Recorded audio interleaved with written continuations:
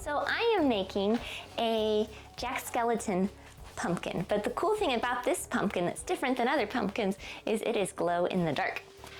To make my pumpkin, I am going to start with a white pumpkin, some glow in the dark paint, and a little plate, GB brush, and some vinyl. You'll see later I'm going to be using a Cricut for the face. You don't need a Cricut, you can just cut out the face on the vinyl and put it on your pumpkin anyway, so I'll show you that later. But yeah, so come hang out. Now I've already washed up my pumpkin. There's some different coloration here, but that is more on the pumpkin. It's not dirt. You don't have to wash it, but paint tends to stick better to things that are not dirty.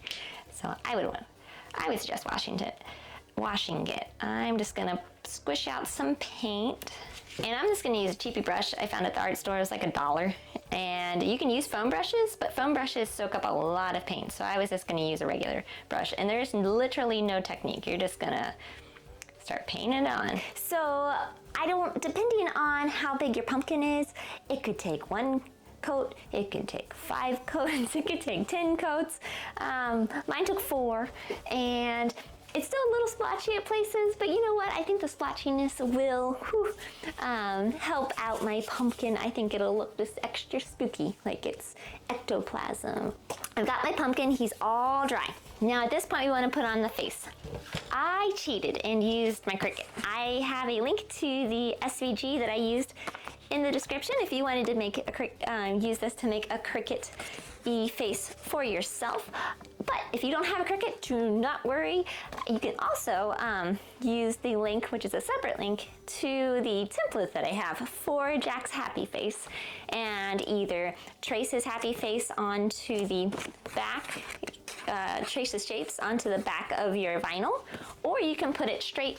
You can trace and put the shapes directly onto your pumpkin, and then either color it with like a Sharpie or paint it. I did the Cricut because 2 reasons. 1, it was super quick, and 2, it cuts so precisely. I can cut that precisely, but it would take me like a whole half hour, an hour to cut this precisely, and the Cricut was done look how precise that is, man.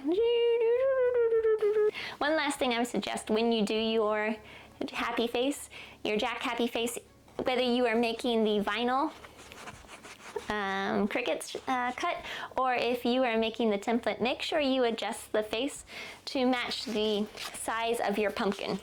Now I have a small pumpkin, and so this face I squished down to about 4 inches.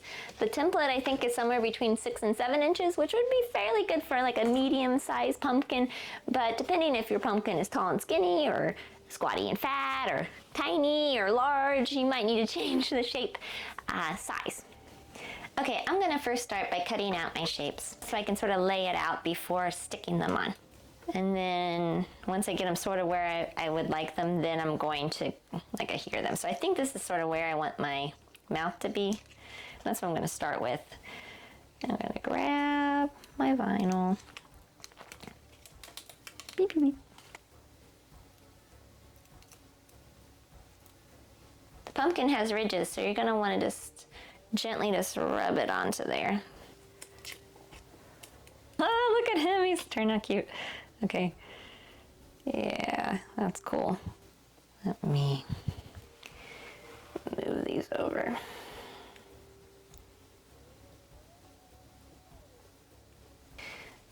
Okay, just rub it in. You want to try to get almost any air pockets out that you can.